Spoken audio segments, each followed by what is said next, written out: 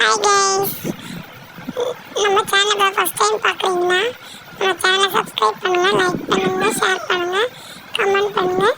நம்ம lucky kids ஃபேமிலிக்கு support பண்ணுங்கள்.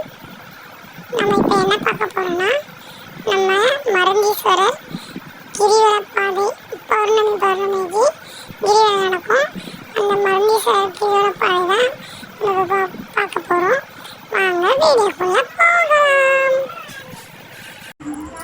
மண்ணே மருந்து அப்படின்றது தான் இந்த கோயிலுடைய தாரக மந்திரம். அதாவது எந்த கோயில்னால் திருக்கச்சூர் மருந்தீஸ்வரர் ஆலயம். இந்த கோயிலில் மண்ணே மருந்து, அதுதான் இந்த கோயிலுடைய தாரக மந்திரம். இது பழமையான கோயில். இந்த கோயிலில் எப்படி திருவண்ணாமலை திருக்கழுக்குன்றத்தில் கிரிவலம் சிறப்பான ஒன்றும், அதே மாதிரி நம்ம மருந்தீஸ்வரர் கோயில்லையும் கிரிவலப்பாதைன்றது சிறப்பான ஒன்று.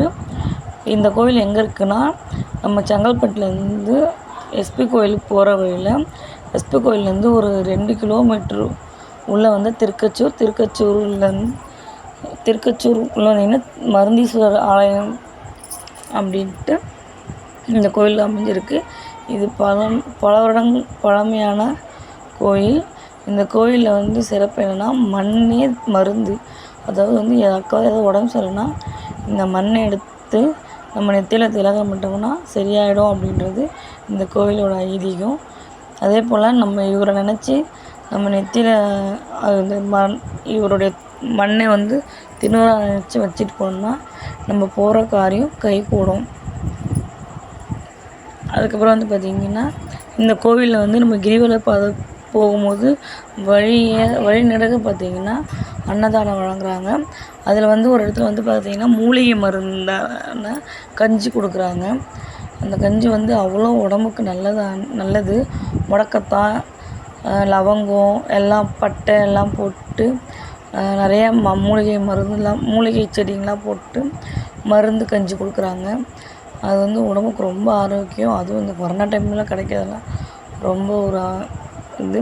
அதனால் வந்தீங்கன்னா, கிரிவலம் வந்தீங்கன்னா அதை கண்டிப்பாக வாங்கி எல்லோரும் சாப்பிடுங்க. அதே போல் மருந்தீஸ்வரர் கோயிலில் என்னென்னு பார்த்தீங்கன்னா, இருள் நீக்கி அம்மாள்ன்ட்டு அவங்களுடைய மனைவி இருக்கிறாங்க. அந்த அம்மாட்ட நீங்கள் போய்கிட்டு உங்களுக்கு கடன் பிரச்சனையோ எந்த பிரச்சனையாக இருந்தாலும் அந்த அம்மாட்ட சொன்னீங்கன்னா கண்டிப்பாக நம்ம இருளை நீக்கி வெளிச்சத்தை தராங்க. அதனால் எல்லோரும் கண்டிப்பாக நம்ம திருக்கச்சூர் மருந்தீஸ்வரர் ஆலயத்துக்கு கிரிவலம் சுற்றி பௌர்ணமிக்கு கிரிவலம் சுற்றுறாங்க. கிரிவலம் சுற்றி அந்த ஐயனுடைய அருளும் என்னுடைய சிவனுடைய அருளையும் இருள் நீக்கி அம்மாளுடைய அருளையும் பெற்று வாழ்வில் எல்லா வளமும் பெற்று முன்னேற என்னுடைய சிவனிடம் வேண்டிக் கொள்கிறோம். நான் ஃபஸ்ட் டைம் வாய்ஸ் ஓவர் கொடுக்குறனால எனக்கு கொஞ்சம் ஸ்டக் ஆகுது, எப்படிட்டு வரல. நான் அடுத்தடுத்த வீடியோஸில் நான் கொஞ்சம் திருத்திக்கிட்டு நான் நல்லா பேச பார்க்குறேன். இல்லை சேனலை சப்ஸ்கிரைப் பண்ணுங்கள், லைக்